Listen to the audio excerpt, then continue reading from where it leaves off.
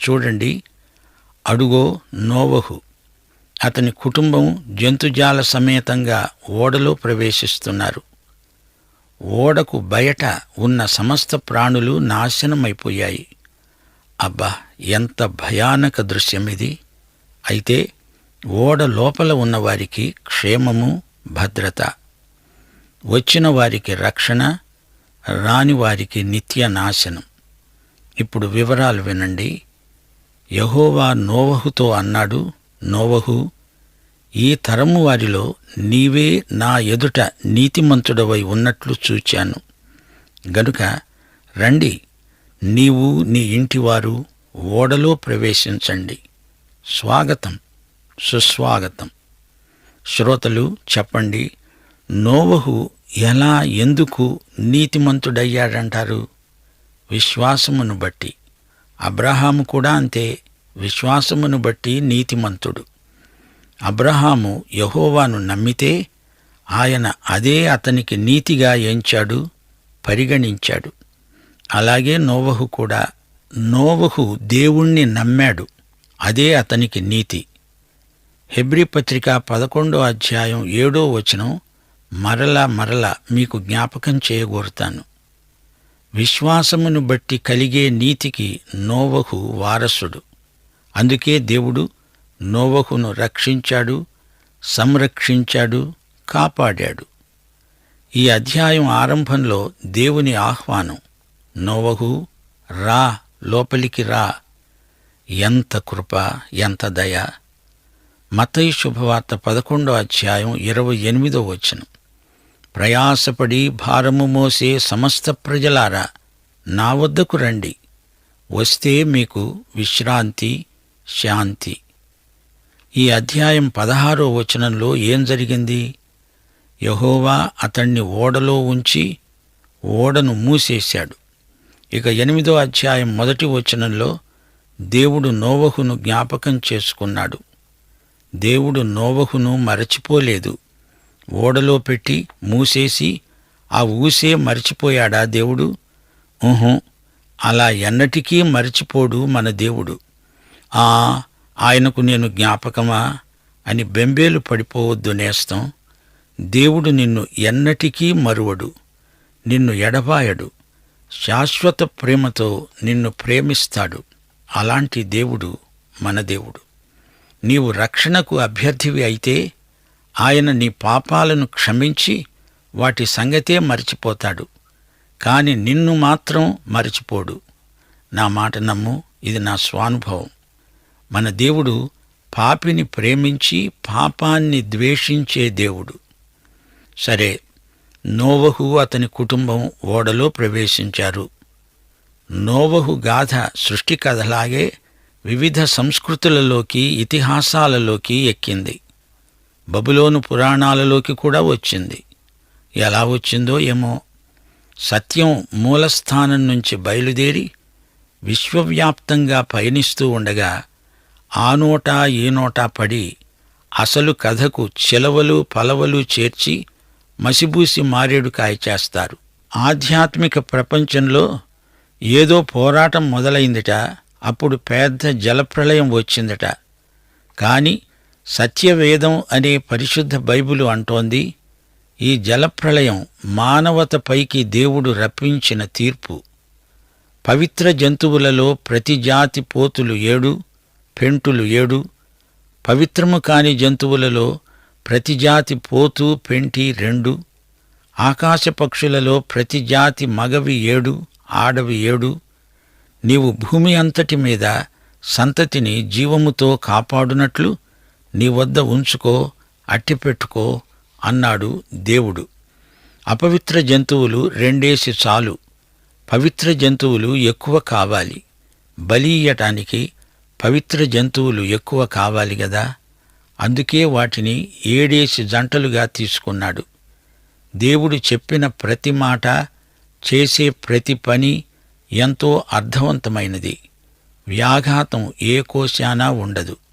4వ వచనం, ఇక 7 రోజులకు నేను 40 పగళ్ళు 40 రాత్రులు భూమి మీద వర్షం కురిపించి నేను చేసిన సమస్త జీవరాశులను భూమి మీద ఉండకుండా తుడిచివేస్తాను అన్నాడు దేవుడు. 7 రోజుల వ్యవధి ఉంది. ఈ 7 రోజులు ఎంతమంది వచ్చి తలుపు తట్టారో ఏమో, కాని చిట్ట చివరి ఘడియలో వచ్చి ఏం ప్రయోజనం? ముందుగానే వస్తే దేవుడు రక్షించి ఉండేవాడు. సందేహం లేదు. వారు చేయవలసిందల్లా దేవుని యందు విశ్వాసం ఉంచటమే, అంతే. ఆ జలప్రవాహము భూమి మీదికి వచ్చినప్పుడు నోవహు 600 ఏండ్లవాడు. అప్పుడు నోవహు, అతనితో కూడా అతని కుమారులు, అతని భార్య, అతని కోడండ్రు ఆ ప్రవాహ జలములను తప్పించుకోవటానికి ఆ ఓడలో ప్రవేశించారు. దేవుడు నోవహుకు ఆజ్ఞాపించిన ప్రకారం పవిత్ర జంతువులలో, అపవిత్ర జంతువులలో, పక్షులలో, నేలను పాకే వాటన్నిటిలో అనగా సరీసృపములలో మగది, ఆడుది జతజతలుగా ఓడలో ఉన్న నోవహు దగ్గరికి చేరాయి. నోవహు వచ్చి వాటిని లోపలికి తోల్లేదు, వాటంతట అవే వచ్చాయి. నోవహు వయస్సులో 600 సంవత్సరం 2వ నెల 17వ రోజున మహాగాధ జలముల ఊటలన్నీ ఆ రోజే విడుదల అయ్యాయి. ఆకాశపు తూములు తెరువబడ్డాయి. 40 పగళ్ళు 40 రాత్రులు ప్రచండ వర్షం భూమి మీద కురిసింది. ఓడలో ప్రవేశించినవి అన్నీ దేవుడు నోవహుకు ఆజ్ఞాపించిన ప్రకారం సమస్త శరీరులలో మగది, ఆడుది ప్రవేశించాయి. అప్పుడు యెహోవా నోవహును ఓడలో ఉంచి ఓడను మూసివేశాడు. ఆ జలప్రవాహము 40 రోజులు భూమి మీద ఉండగా జలములు విస్తరించి ఓడ తేలిపోయేటట్లు చేశాయి. ఓడ భూమి మీద నుండి పైకి లేచింది. సోదరీ సోదరులారా, గ్రహించండి, ఈ ప్రళయం సార్వత్రికమైనది. ఈ జలప్రళయ గాథ వాస్తవ చరిత్ర. దీనిని ఎవరూ కాదనలేరు. 23వ వచనం, పొడినేల మీద ఉన్న వాటన్నిటిలో నాసికారంధ్రములలో జీవాత్మ సంబంధమైనవి ఊపిరి గలవి అన్నీ చచ్చాయి. నరులతో కూడా పశువులు, పురుగులు, ఆకాశ పక్షులు, నేల మీద ఉన్న జీవరాశులన్నీ తుడిచివేయబడ్డాయి. అవి భూమిపై ఉండకుండా తుడిచిపెట్టుకుపోయాయి. నోవహు అతనితో కూడా ఓడలో ఉన్నవి మాత్రము మిగిలి ఉన్నాయి. సోదరీ సోదరులారా, ఈ ప్రళయం ఎక్కడో సంఘటిల్లిన స్థానిక వృత్తాంతం కాదు. ఇది విశ్వవ్యాప్తమైన జలప్రళయం, మహాప్రళయం. ఎక్కడా ఎవరూ కనీ విని ఉండలేదు. సమస్త శరీరుల మూలంగా భూమి అంతా బలాత్కారంతో నిండి ఉంది గనుక నా సన్నిధిలో వారి అంతము వచ్చింది. ఇదిగో, వారిని భూమిలో ఉండకుండా నాశనం చేస్తానని దేవుడు శపథం చేశాడు. 24వ వచనం, 150 రోజుల వరకు నీళ్లు భూమి మీద ప్రచండంగా ప్రబలినవి. అనగా 5 నెలలు భూమి నీళ్లలో ఉంది.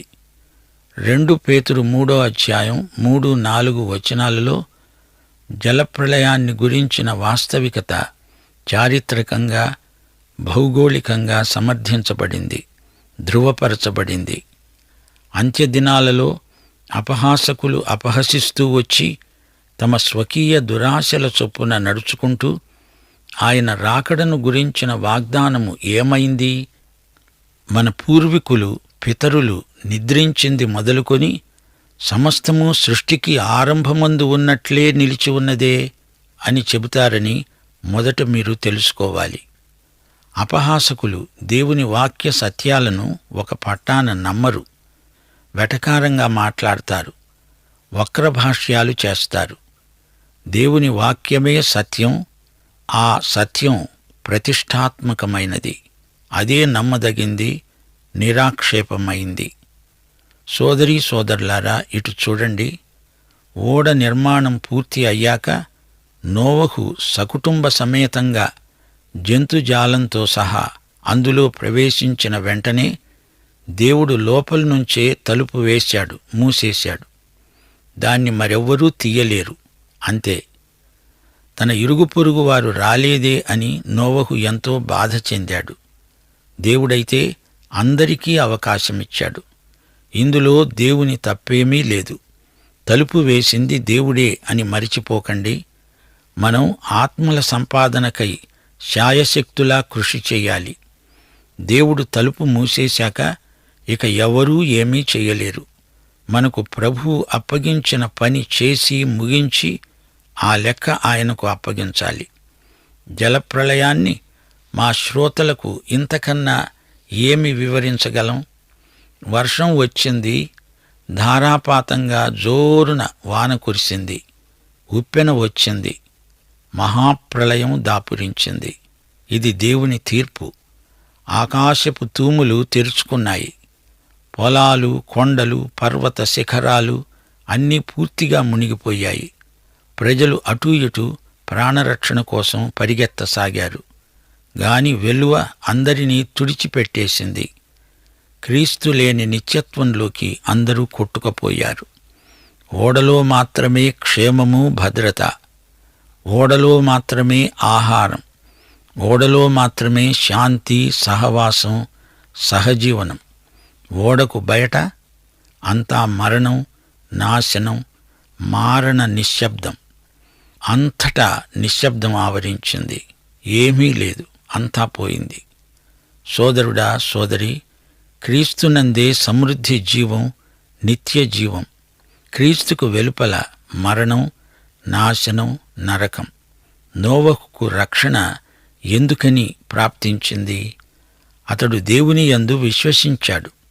దేవునికి విధేయుడై సకుటుంబంగా ఓడలోకి ప్రవేశించాడు. మనం కూడా అంతే.